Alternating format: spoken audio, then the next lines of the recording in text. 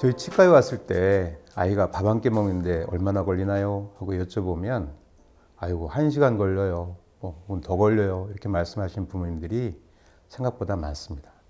그럼 제가 아이들 밥 먹이다 하루 다 가겠네요. 라고 말씀드리기도 하는데 실제로 하루 종일 아이들 식사 문제로 씨름하다가 지치시는 부모님들이 많습니다. 또 아이가 식사를 마음껏 하지 못했다고 생각이 들면 자연스럽게 간식을 더 주게 되고요. 그런 늘어난 간식만큼 본 식사가 다시 어려워지는 악순환이 생기기도 하죠. 이런 상황이 계속 지속되면 여러 가지 치과적인 문제가 생기기도 합니다. 부모님들이 다음 3가지에 대해서 알고 계시는 게 중요합니다. 첫째, 우리 아이가 식사하는 시간이 오래 걸리는 것을 그대로 두면 어떻게 될까? 이겠고, 두 번째는 그렇다면 우리 아이가 밥을 먹는 것을 힘들어하는 이유가 무엇일까? 마지막으로 그럼 어떻게 하면 이 습관을 고칠 수 있을까 하는 것입니다. 결론부터 말씀드리면 우리 아이에게 올바른 생체 리듬과 기능을 찾아줘야 한다는 것입니다. 우리 아이가 밥을 필요 이상으로 오래 물고 있는 경향이 있을 때 이것이 계속되면 어떻게 될까요? 또 그것을 고쳐야 되는 이유가 무엇일까요? 그 까닭은 식사라는 것이 단순히 아이가 영양분을 섭취하는 일뿐만이 아니고요. 실제로는 그 이상의 의미를 갖고 있기 때문입니다. 예컨대 아이의 신체 발달과 성장에 생긴 문제가 있다는 사인일 수 있다는 거죠. 저는 걸음을 걷는 거하고 음식을 씹고 삼키는 것이 매우 흡사하다고 생각합니다.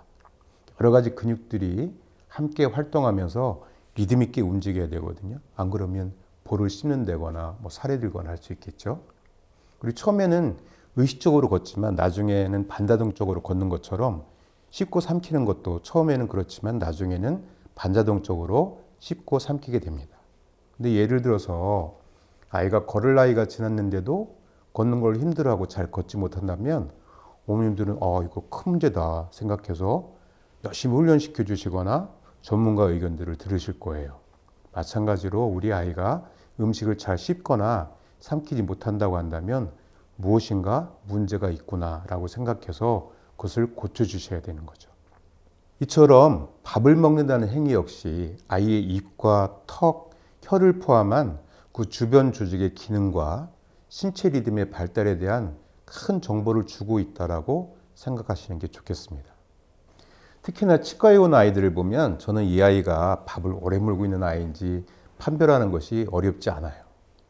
음식물이 입안에 오랫동안 붙어있기 때문에 치아에 착색이 심한 경우도 많고 충치도 더 많이 생깁니다.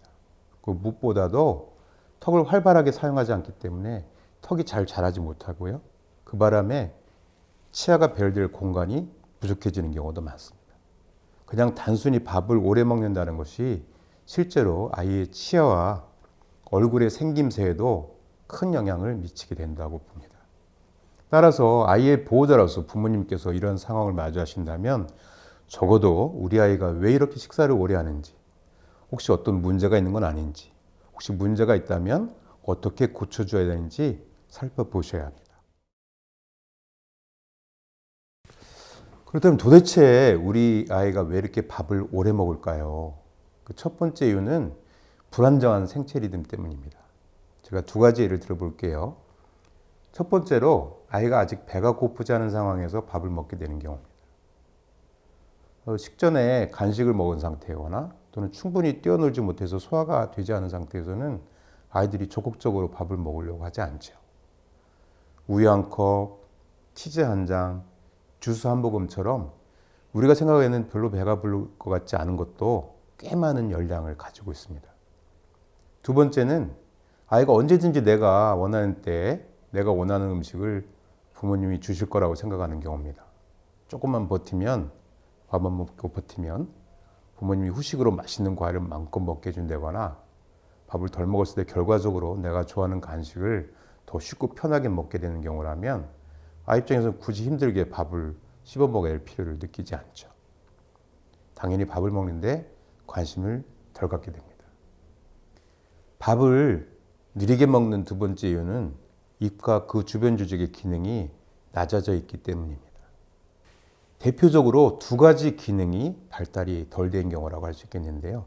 첫 번째는 음식을 씹는 기능이 발달이 덜 된 경우입니다. 씹다가 뱉는 경우도 가끔 있고요. 이가 나오면 어느 정도 씹는 운동을 해주면서 턱 주변 근육과 운동이 발달되어야 되는데 부드럽고 먹기 편한 음식을 위주로 먹으면 발달할 기회를 놓치게 됩니다.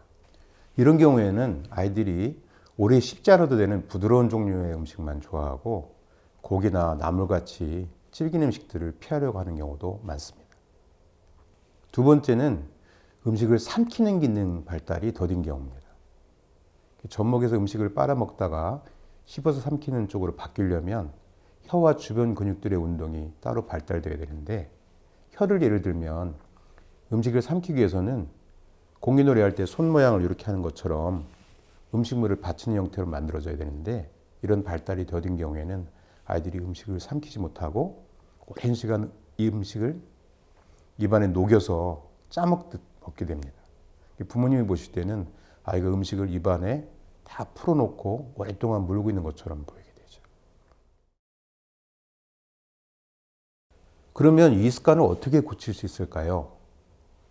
우선 제일 중요한 거는 부모님들이 이 습관을 바꿔줘야 되겠다라고 마음을 먹으셔야 됩니다. 어린아이가 스스로 밥을 지어 먹는 것도 아니고 간식을 사 먹는 것도 아니기 때문에 부모님들이 의도적으로 바람직한 환경을 만들어 주셔야 됩니다. 쉽진 않지만 원칙을 가지고 아이들을 마주하시면 아이가 차근차근 따라와 주는 것을 기대하실 수 있습니다. 앞서 말했던 그런 흐트러진 식사의 리듬을 되찾아주는 방법과 턱과 혀와 같은 입과 그 주변 조직의 기능 훈련을 위한 방법들을 추천해 드리겠습니다. 우선 식사의 리듬을 되찾아 주시는 겁니다.